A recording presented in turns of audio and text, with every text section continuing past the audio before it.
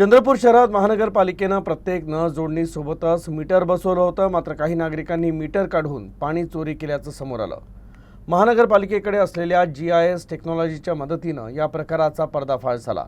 महानगरपालिकेनं कठोर पावलं उचलत 1500 पेक्षा जास्त नळ जोडण्या खंडित करत 500 पेक्षा अधिक मीटर जप्त केले. याशिवाय अशा प्रकारे पाणी चोरी करणाऱ्या नागरिकांवर दंडात्मक कारवाई करण्यात येणार असल्याचं मनपा आयुक्तांनी स्पष्ट केलं आहे.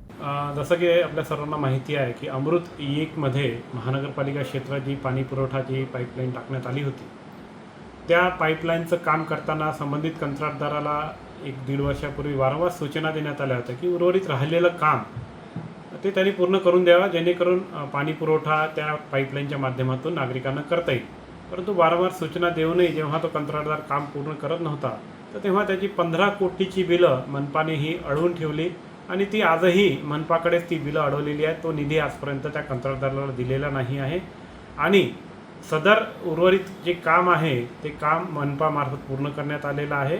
त्यामुळे नागरिकांमध्ये जी भावना आहे की अमृत 1च्या योजनेच्या कंत्राटदाराने काम पूर्ण केले नाही आणि त्याच्यावर काही कारवाई झाली नाही, तर ती चुकीची आहे.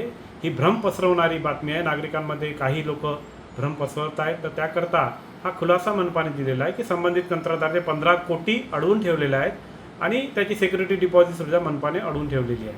त्यामुळे ही महानगरपालिकेच्या मार्फत कारवाई संबंधित कंत्राटदारावर झालेली आहे आणि कंत्राटदारांनी चांगलं काम करावं यासाठी महानगरपालिका ही सातत्याने प्रयत्न करत आहे.